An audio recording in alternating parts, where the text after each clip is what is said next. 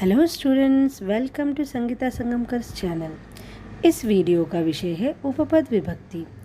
ये वीडियो सभी संस्कृत स्टूडेंट्स के लिए बहुत उपयोगी है क्योंकि ये जो है उपपद विभक्ति ये ग्रामर टॉपिक है और सेंटेंस फॉर्मेशन के लिए, वाक्य को बनाने के लिए, बेसिक संस्कृत समझने के लिए ये उपपद विभक्ति और कारक विभक्ति ये दोनों भी बहुत ज़रूरी टॉपिक है।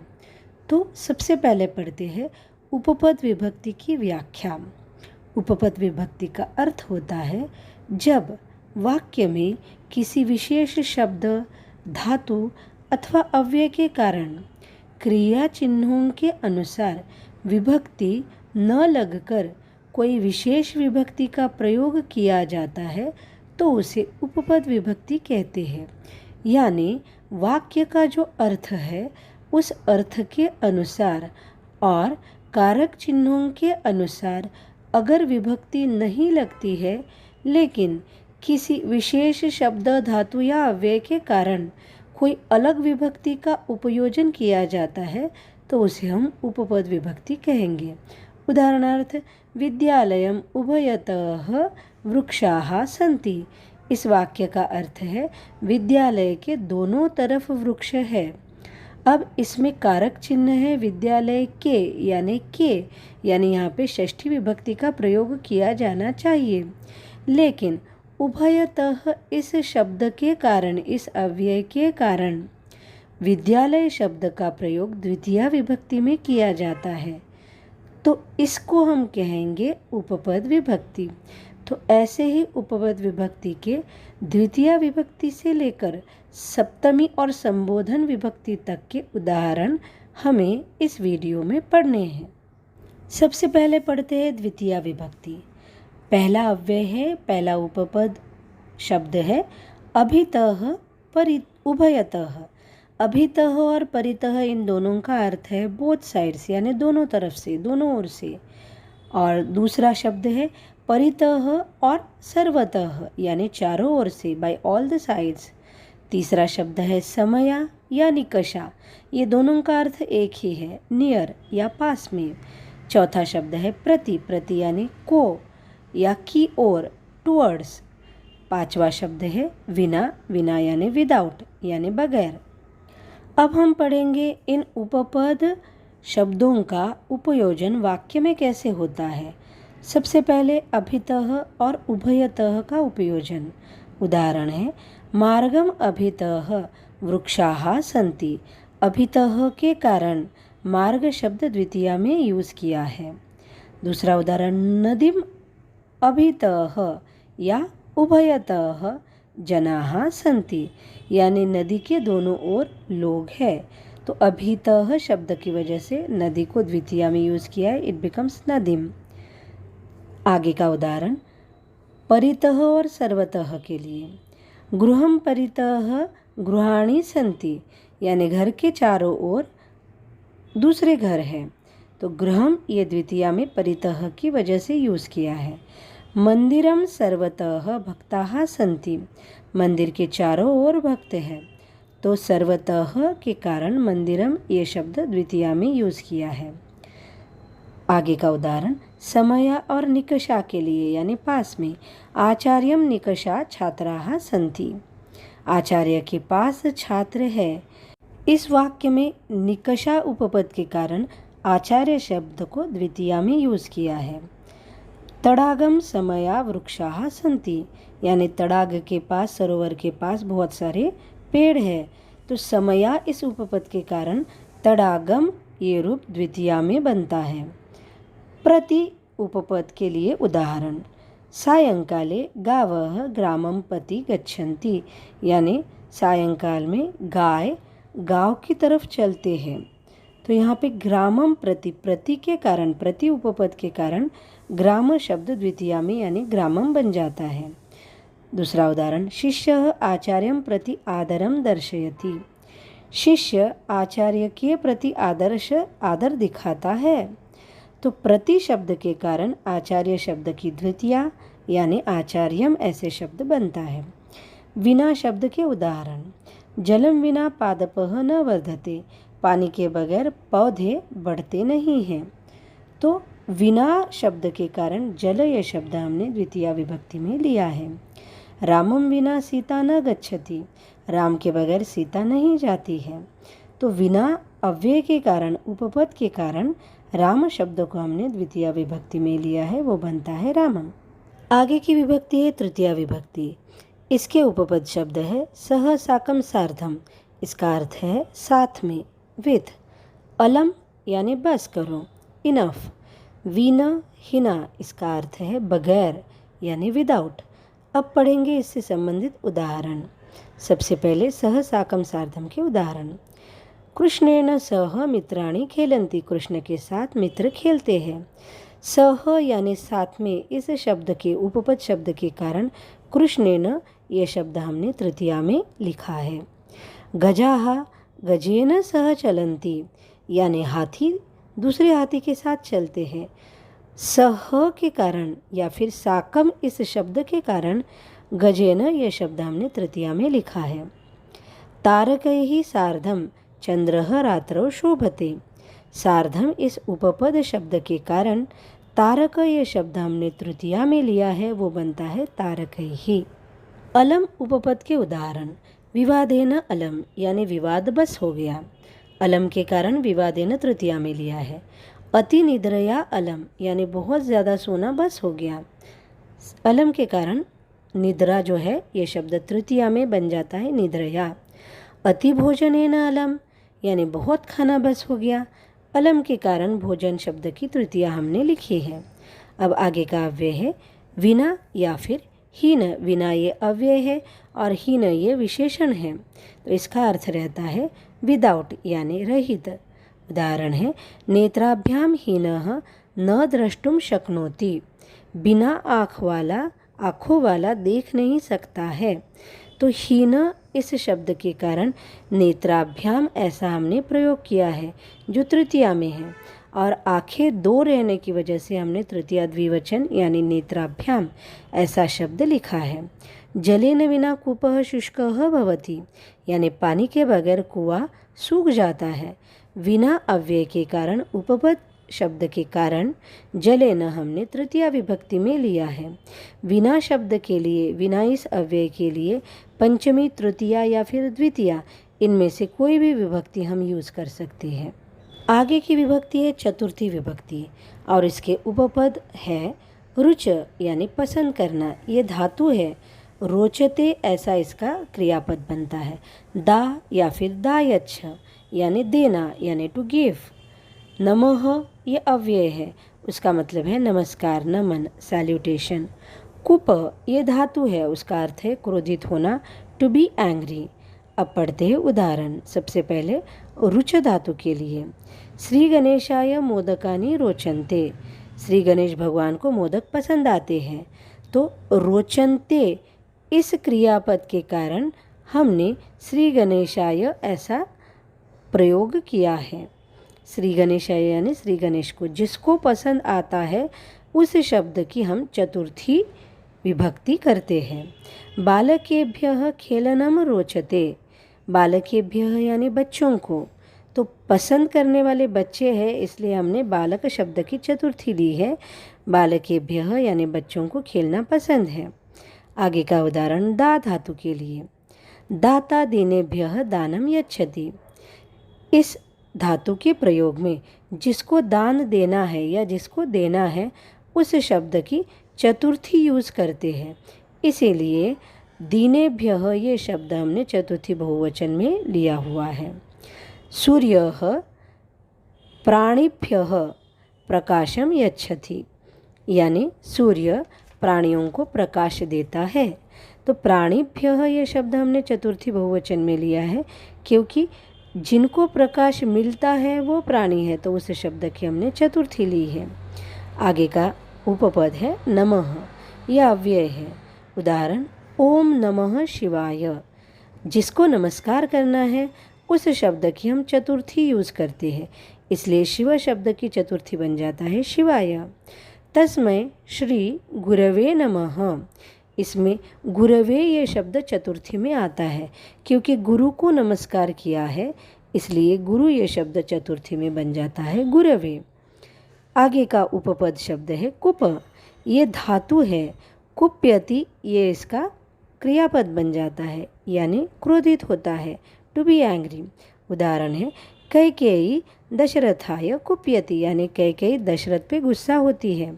तो दशरथ पे गुस्सा होती है, इसलिए उस शब्द का हमने चतुर्थी विभक्ति लिखी है और वो बन जाती है दशरथाय। राजा सेवकाय कुप्यति, राजा सेवक पे गुस्सा होता है, तो इसलिए सेवक शब्द का चतुर्थी बन जाता है सेवकाय। अब पढ़ेंगे पंचमी विभक्ति के उपपद। बहिः यानी बाहर, आउटसाइड। भी यानी टू बी अफ्रेड ऑफ, यानी डरना, किसी चीज़ से डरना। रक्षति मीन्स टू प्रोटेक्ट, यानी रक्षण करना। अब पहले बहिः के उदाहरण हम पढ़ेंगे। धरायाः बहिः वातावरणम अस्ति, यानी पृथ्वी के बाहर वातावरण है। Around the earth there is atmosphere. तो धरा इस शब्द का पंचमी बन जाता है धरायाः, और बहिः के कारण हमने धरा शब्द का पंचमी यूज़ किया हुआ है। नेक्स्ट, बिलात बहिः सर्पः आगच्छति, यानी बिल के बाहर सर्प आ जाता है। तो बिल के बाहर है, इसलिए बहिः शब्द की वजह से बिलात ये शब्द पंचमी विभक्ति में यूज़ किया है। देवालयात् बहिः पुष्प विक्रयः भवति, यानी मंदिर के बाहर फूलों की बिक्री होती है। तो बहिः शब्द के कारण देवालय इस शब्द को हमने पंचमी किया है, पंचमी बनाया है, और वो बन जाता है देवालयात्। आगे का शब्द है भी, यानी टू बी अफ्रेड ऑफ। शशकः सिंहात् बिभेति, यानी शशक यानी खरगोश जो सिंह से यानी लॉयन से डरता है। तो लॉयन से डरता है, इसलिए उस शब्द की यानी सिंह शब्द की हम पंचमी लिखेंगे, वो है सिंहात्। भूकंपात् बालकः बिभेति, यानी भूकंप की वजह से यानी अर्थक्वेक की वजह से बालक जो है वो डरता है। तो भूकंप से डरता है, इसलिए उसकी पंचमी यानी भूकंपात् ये शब्द आता है। चौरात् मनुष्यः बिभेति, चोर से दूसरा ऑर्डिनरी आदमी जो है वो डर जाता है, इसलिए चोर शब्द को हमने पंचमी में लिखा है और वो बन जाता है चौरात्। सर्पात् सः बिभेति, यानी सांप से वो डरता है, इसलिए सर्प शब्द की पंचमी विभक्ति बन जाती है सर्पात्। अब आगे का उपपद है रक्षति, रक्ष धातु यानी रक्षण करना। धैर्यम अस्मान् संकटात् रक्षति, यानी धैर्य यानी पेशेंस हमको प्रॉब्लम्स में से बचाता है, रक्षण करता है, इसलिए जिससे रक्षण करना है उस शब्द की पंचमी यानी संकट से रक्षण करती है, इसलिए संकट शब्द का पंचमी बन जाता है संकटात्। छत्रम वर्षायाः रक्षति, यानी अम्ब्रेला जो है वो हमको, छाता जो है वो बारिश से बचाता है। The umbrella protects us from the rain, तो यहाँ पे प्रोटेक्शन जो है वो वर्षा से है, इसलिए वर्षा शब्द का पंचमी बन जाता है वर्षायाः। मुखात् छादकम, यानी मास्क। रोगात् रक्षति, अब हमको पता है कि कोविड की वजह से हर कोई मास्क यूज़ करता है और करना भी चाहिए, तो ये मुखाच्छादकम यानी mask protects us from the disease. तो रोगात् रक्षति क्योंकि रोग से बचाता है, इसलिए हमने रोग शब्द की पंचमी यूज़ की है। आगे की विभक्ति है षष्ठी और उसके उपपद शब्द है ऊपरी, ऊपर यानी ऊपर, ऑन, अधः यानी डाउन, नीचे, पुरतः यानी इन फ्रंट ऑफ, आगे, पृष्ठतः यानी बैक साइड, पीछे। उदाहरण देखेंगे। हिमालयस्य उपरि मेघाः सन्ति, यानी हिमालय के ऊपर मेघ है। हिमालय के ऊपर, ऊपरी शब्द के लिए हमने हिमालय शब्द को षष्ठी में यूज़ किया है और वो बन जाता है हिमालयस्य। मकरस्य उपरि मर्कटः उपविशति, आप लोगों को सबको ये स्टोरी पता है कि क्रोकोडाइल के पीठ के ऊपर बैठकर मंकी जो है वो पानी में चला जाता है। तो मकरस्य ऊपरी यानी मगरमच्छ के ऊपर बैठता है, इसलिए मगरमच्छ शब्द की यानी मकर शब्द की षष्ठी बन जाती है मकरस्य। उष्ट्रस्य उपरि जम्बुकः उपविष्टः, यानी ऊँट के ऊपर, ऊपरी शब्द के लिए हमने उष्ट्र इस शब्द को षष्ठी में यूज़ किया है, वो बन जाता है उष्ट्रस्य, यानी ऊंट की पीठ पे और ऊंट के ऊपर जम्बुक यानी फॉक्स बैठ जाता है। अब अधः शब्द के उदाहरण। भूमेः अधः भूजलम अस्ति, यानी धरती के नीचे भूजल यानी ग्राउंड वाटर है। यहाँ पे अधः शब्द के कारण भूमि शब्द को हमने षष्ठी में लिखा है, वो बन जाता है भूमेः, यानी धरती के नीचे, इसलिए वो षष्ठी आएगा। वृक्षस्य अधः बालकाः खेलन्ति, यानी पेड़ के नीचे बच्चे खेलते हैं। अधः शब्द के कारण हमने वृक्ष शब्द को षष्ठी एकवचन में लिखा है, वो बनता है वृक्षस्य। मुखम नासिकायाः अधः अस्ति, यानी मुख जो है वो नाक के नीचे रहता है। नाक के नीचे अधः की वजह से नासिका शब्द का षष्ठी बन जाता है, वो बन जाता है नासिकायाः, क्योंकि ये शब्द माला के जैसा चलेगा, मालायाः के जैसा बनता है नासिकायाः। पुरतः उपपद के उदाहरण। गृहम पुरतः उद्यानम अस्ति, यानी घर के सामने उद्यान है। तो पुरतः यानी किसके पुरतः? घर के सामने, इसलिए गृह शब्द का हमने षष्ठी यूज़ किया है, वो बन जाता है गृहस्य पुरतः उद्यानम अस्ति। विद्यालयस्य पुरतः मार्गः अस्ति, यानी स्कूल के सामने रोड है। पुरतः इस शब्द के कारण विद्यालय को हमने षष्ठी में लिखा है, वो बन जाता है विद्यालयस्य। जनानां पुरतः कोरोना प्रश्नः अस्ति, यानी लोगों के सामने कोरोना का प्रश्न है। तो लोगों के सामने, इसलिए हमने लोग शब्द को षष्ठी विभक्ति में लिखा है और बहुवचन लेने की वजह से जनानाम बन जाता है। पृष्ठतः यानी पीछे। विनोदस्य पृष्ठतः वृषभः धावति, यानी विनोद के पीछे बैल जो है वो भागने लगता है। तो पृष्ठतः इस शब्द के कारण विनोद शब्द की हमने षष्ठी विभक्ति ली है, वो बन जाती है विनोदस्य। सत्यस्य पृष्ठतः विजयः अस्ति, यानी सत्य के पीछे विजय है। हमेशा सच बोलने वालों की विजय होती है। तो पृष्ठतः शब्द के कारण सत्य शब्द बन जाता है सत्यस्य, षष्ठी विभक्ति बन जाती है सत्यस्य। भक्तस्य पृष्ठतः देवः अस्ति, यानी भक्त के पीछे, भक्त के साथ हमेशा कौन रहता है? भगवान रहता है।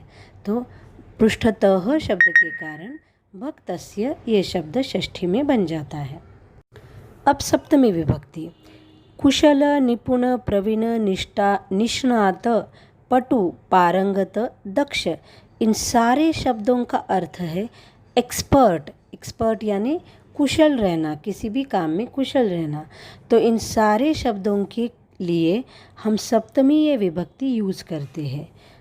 और दूसरा शब्द है स्नेह। स्नेह का मतलब है स्नेह करना। तो जिसके ऊपर स्नेह करना है, जिसको स्नेह करना है, उस शब्द की भी हमेशा सप्तमी रहेगी। तीसरा शब्द है विश्वास, यानी भरोसा रखना। तो जिसके ऊपर भी भरोसा रखना है, उस शब्द की हम हमेशा सप्तमी यूज़ करेंगे। अब पढ़ते हैं उदाहरण। श्री कृष्णः वंशीवादने कुशलः। वंशीवादने ये सप्तमी में हमने कुशलः शब्द के कारण लिया है, यानी expert in playing the flute. तो वंशीवादन में कुशल है, इसलिए हमने वंशीवादन ही ये शब्द सप्तमी में लिखा है। राधिका तबला वादने निपुणा। तो निपुणा इस शब्द के कारण तबला वादने ये शब्द सप्तमी में बन जाता है, क्योंकि राधिका तबला बजाने में एक्सपर्ट है। लता मंगेशकर महोदया गायने प्रवीणा, ये हमको सबको पता है। तो गायन में प्रवीण है, निष्णात है, इसलिए गायन शब्द को हमने सप्तमी में लिखा गायन ही। धोनी महोदय क्रिकेट क्रीड़ायाम पटुः, यह भी हम सबको पता है कि धोनी क्रिकेट में कितने एक्सपर्ट हैं। तो पटुः यानी एक्सपर्ट, किस में? क्रिकेट क्रीड़ा में, इसलिए ये स्त्रीलिंगी सप्तमी एक वचन बनता है क्रिकेट क्रीड़ायाम, क्योंकि क्रीड़ा ये शब्द माला टेबल के जैसा चलेगा। कालिदासः काव्यलेखने पारंगतः। कालिदास जो है वह काव्य लेखन में पारंगत है।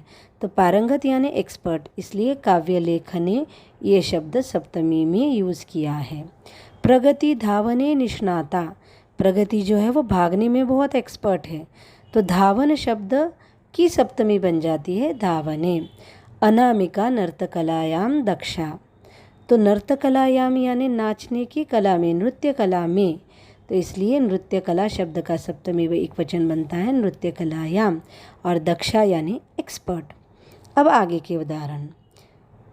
पिता पुत्रे स्नेहति, यानी पिता अपने बेटे से प्यार करते हैं, स्नेह करते हैं।